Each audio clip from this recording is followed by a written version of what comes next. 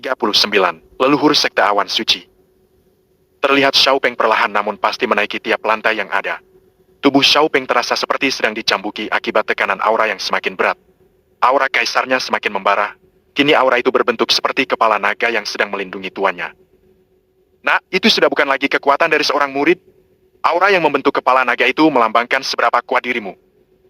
Ucap Yao Su dari bawah. Ia kini bersama dengan kelima tetua lainnya. Cucu Anda bukanlah pemuda biasa, leluhur Yao Su. Setelah melihat langsung kejadian ini, saya tidak berani untuk melatihnya. Ucap Liu Kun. Tetua ketiga benar, saya sendiri juga tidak akan melatihnya untuk menjadi alkemis. Sahut Yan Zhongxian. Hahaha, siapa yang menyangka akan seperti ini?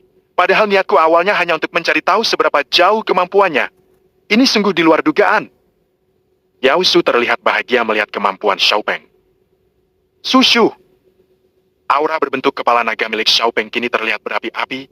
Ia sekarang menambahkan lapisan aura itu dengan inti api naga ilahi. Duar. Tiba-tiba terdengar ledakan di pagoda suci, tepatnya di lantai ke-480.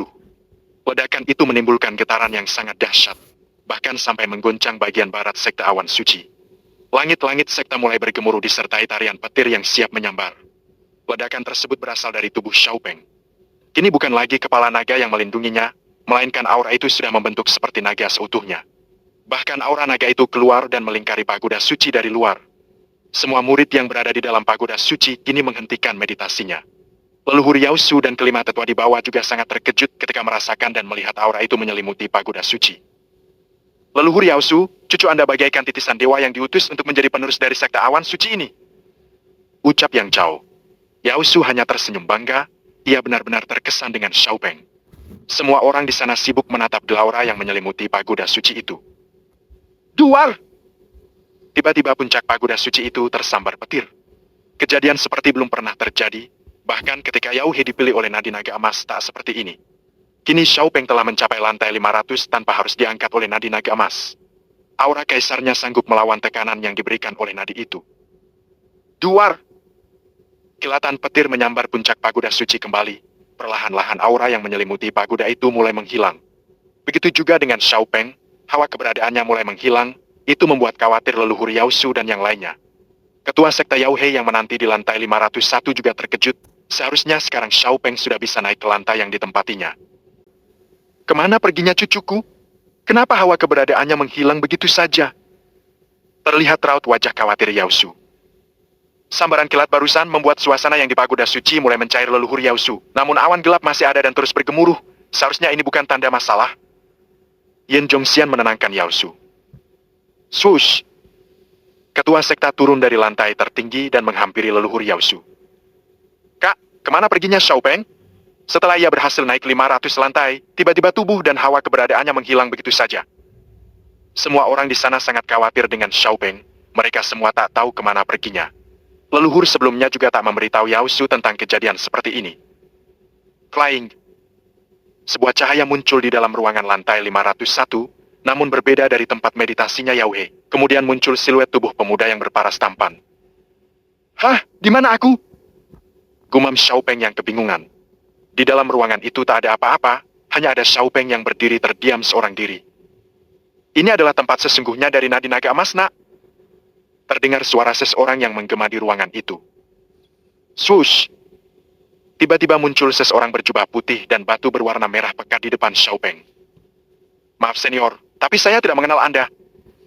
Xiaopeng menangkupkan kedua tangannya. Tak perlu begitu nak, kamu bisa panggil aku guru. Pria paruh baya itu membuka jubahnya.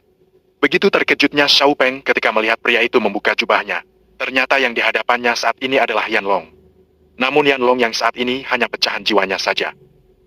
Maafkan saya guru, saya tak dapat mengenali Anda barusan.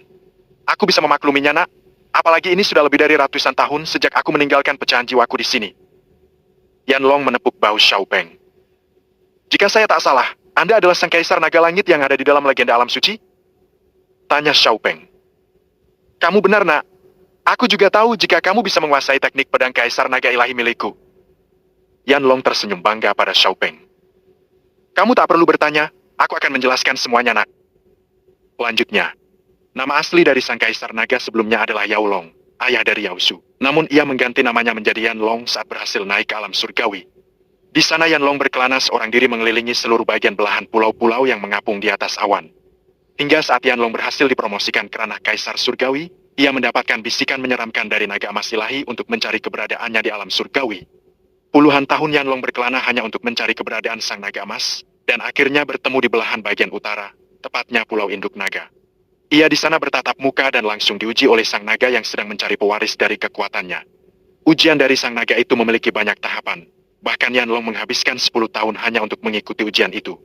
Yang pada akhirnya sang naga mengakui Yanlong sebagai pewarisnya dan diberi gelar sang kaisar naga yang pertama.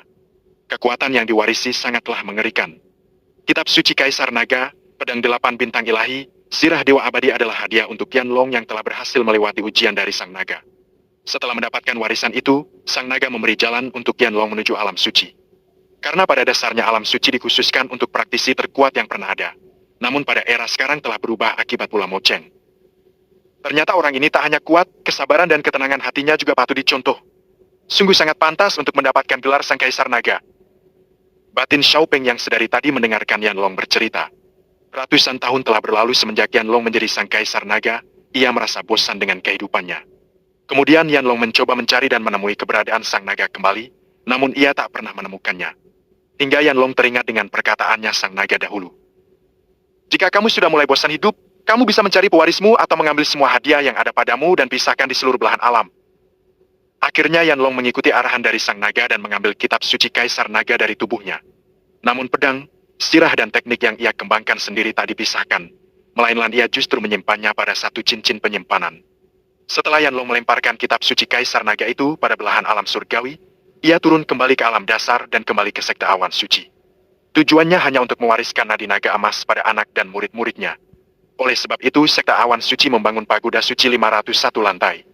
Lantai ke-501 sengaja dibangun khusus oleh Yanlong hanya untuk menjadi tempat meletakkan nadi naga emas dan pecahan jiwanya.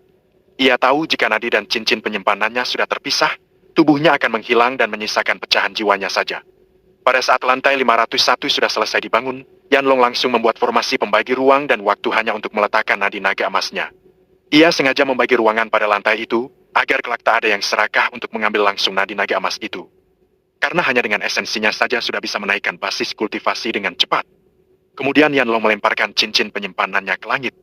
Ia tak mau menunjuk langsung siapa pewarisnya selanjutnya, oleh sebab itu ia melemparkan itu ke langit agar mencari pewarisnya sendiri. Perlahan-lahan tubuhnya mulai memudar, pecahan jiwa bergerak dan menyatu dengan nadi naga emas yang berada di balik ruangan lantai ke-501.